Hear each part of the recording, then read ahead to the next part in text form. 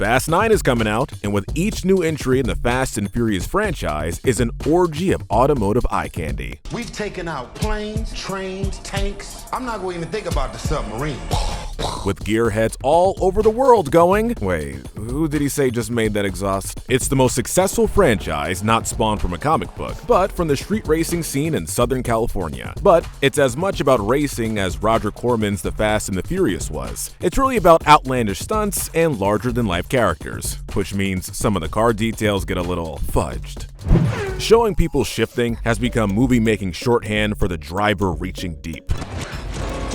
He was holding back, biding his time, but now he shifted into serious gear. Of course, serious gear doesn't actually exist. In reality, the gears are meant to keep the engine in its optimum RPM range for either torque or horsepower. Keep it under 9,000 RPMs. Kid's gonna fry his pistons after the first 200. A final gear can act as a bit of an overdrive gear that will maintain a cruising speed at a lower gas-saving RPM, in which case, dropping from that gear to a lower gear would allow for more acceleration. But in a race car or a tuner car, the gears are all business. For those who keep count, in the first Fast and Furious movie, Brian can be shifting gears 5 times over the course of a quarter-mile race in an eclipse that only has 5 gears. That's not the worst thing to happen in an eclipse. According to Craig Lieberman, the technical director for the first few films who details most of the inaccuracies on his YouTube channel, Roman's Eclipse wasn't even a manual transmission. Shots of Roman switching gears are, in reality, him moving the automatic gear shift back and forth with the car on a trailer. Maybe the most creative license with gearing happens in Fate of the Furious, when Dominic pulls a win out at the end of a race by spinning around and going in reverse to keep the flames from the engine from blowing back on him. Setting aside for the moment continuing to race with an engine block on fire, the reverse gear is closer to first gear in ratio than the final one. No amount of injection is going to overcome that. Another staple of the car chase movie in general, and the Fast and Furious franchise in particular, is good old-fashioned airtime. Ask any rally fan about the best place to be, and they'll tell you where you can see the rally cars catch the most air. But these cars are purpose-built for the terrain that they're racing on, including having the ground give way beneath them.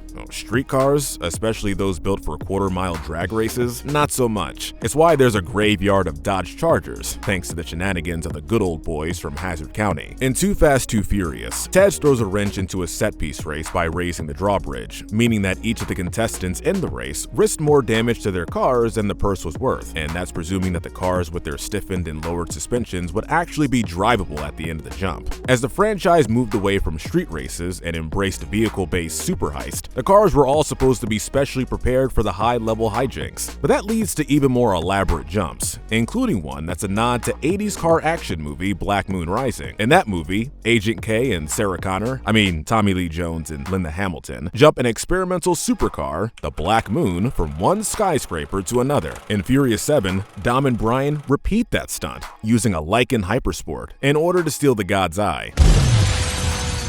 By Furious 7, it was more about spectacle. Nitrous. Everyone wants that edge, that unfair advantage, that little bit of extra that puts you over the top. Drag racing is a peculiar form of racing, as it's only about lasting that 1/4 mile. While other forms of racing rely on consistency and reliable lap times, a drag racer lives, as Dom puts it, I live my life a 1/4 mile at a time. Thanks in part to the popularity of the Fast and Furious franchise, as well as copious amounts of video games, nitrous oxide injection, or just nitrous or nitro, or for some reason in the series, Naws. This is Cuban Naws. You guys are crazy. Has entered the public consciousness as a way to make fast faster. Brian asked for Naws after taking his police-issue street racer tops out at 140 miles per hour. What nitrous oxide actually does is break apart in heat and becomes both oxygen and nitrogen. Oxygen, of course, is what fire feeds on, so the sudden injection can draw in more fuel. Since it also cools intake, a greater density of mixture makes it into the cylinder. Nitrous oxide injection will give the extra horsepower to accelerate faster, but top speed is determined by a combination of factors that can't necessarily be solved with nitrous injection. When Brian and Dom find themselves in the wrong neighborhood, some well-placed bullet shenanigans end up blowing Brian's nitrous tanks, which would just cause them to leak, not explode. There are a lot of moving pieces that go into making a movie, between a screenwriter sitting alone in a room going, "Ooh, this would be cool," to a director, to production concerns, actors on set. Sometimes that guy you hire to make sure that you don't call a Nissan Silva S15 a Nissan 240SX, as they did in Tokyo Drift, can't prevent that from happening. Sure, you'd have to be into JDM, that's Japanese domestic market, cars to really notice the difference. If you don't, think of the Silva S15 as the sportier, cooler version of the car that the US got, the 240SX.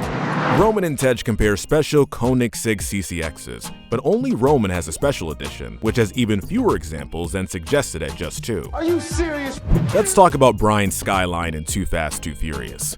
While the series has tried to branch out to the widest appeal it can, featuring cool cars from just about every stripe, its street racing centers the action around primarily Japanese import tuner cars and the JDM scene. In service of that, some JDM royalty was featured early on, including a Skyline that shouldn't be. It wasn't until the modern iteration of the car, nicknamed Godzilla, the Nissan GTR, that some form of Skyline was sold in the United States. For decades, however, the car has been legendary in Japan and coveted by fans of Japanese market cars. There is relief for those in the United States, but it takes longer than the film gives him. After 25 years, cars not intended for the US market can be imported individually, as long as they meet certain requirements. Brian's Skyline was not old enough and couldn't be sold in the United States for road use. But everything else he was gonna do was gonna be illegal anyway, so...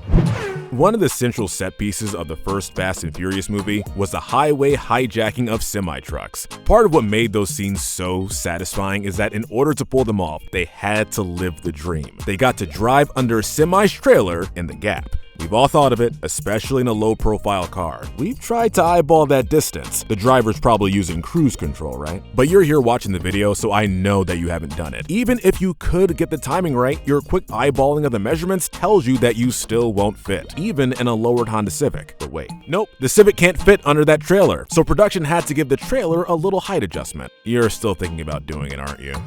Some brand name shoutouts in a movie can be great for a business. Just be sure to mention a part the company actually makes. We talking forged pistons, bigger turbo, new rods, new crankshaft. Like in the case of the fabled MoTeC exhaust. MoTeC is an engine management system. They don't make exhaust. Even more than mislabeling cars, the technical bits and bobs that make up the modern hot rod culture get tossed around a lot in the franchise, and frequently it's not quite right. We ordered 3 T66 turbos with Naws and a MoTeC system exhaust. When Brian shows up to the big race in the first movie, his car is given a quick rundown of all the bolt-on parts that have been added to his Eclipse, including 2 different kinds of nitrous hookups. Remember asking how Brian was able to help Dom run from the police if he just fried his engine in the 4-way street race? Technical advisor Craig Lieberman wonders that too. Lieberman has suggested instead that Brian have screwed up something with the tanks, causing them to spray the interior of the car with super cold nitrous gas, enough to obscure his vision and throw him off his line, losing the race, but not so fatal that the car couldn't just drive away. The director instead went with the infamous manifold warning that stuck the motor, but the motor felt better after a short rest. The motor, of course, didn't have to last too long, as it was destined to explode after being shot at by a rival gang of street racers, which, as mentioned earlier, is not something that would be caused by the nitrous tanks. A fan of racing can tell you what type of racing is done with it just by looking at it. Cars that race in dirt ovals look different than cars that race across deserts, which look different than rally cars that race on forest roads. The point is, you build a car for the kind of racing you want to do. The quarter-mile drag race is an evolution of street racing. It's the compromise. Street racers agreed to take their action to closed airports, and the police agreed not to outlaw hot rods. Still today, in the wee hours on empty roads far from people, street racers bring their machines to see who can cover 1,320 feet the fastest. While watching 2 cars sprint through a quarter mile over and over again is exciting enough for fans of drag racing, movie fans get extra, like a 4-way drag race in the city or a barrel race, or what's become the staple of the opening of a Fast and Furious race, an outrageous open street circuit race, often in broad daylight, complete with a series of obstacles. They look cool though. Do you think these movies are pitched with a bag of Hot Wheels? The Fast and Furious franchise has made more than a few nods to car culture, including its myths. Myths like the rocket car. It's a story so legendary that it was the first experiment done by the now legendary Mythbusters. 3, 2, 1.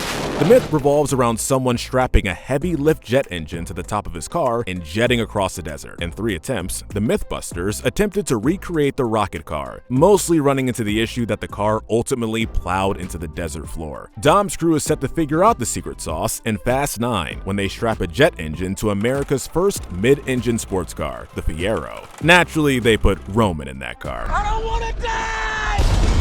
There is a certain write-off when it comes to the Fast and Furious franchise. Of course, that's not how tuner cars work. Half the time, it's not even how physics works. But they're playing with big cars the way we play with Hot Wheels, so we keep going.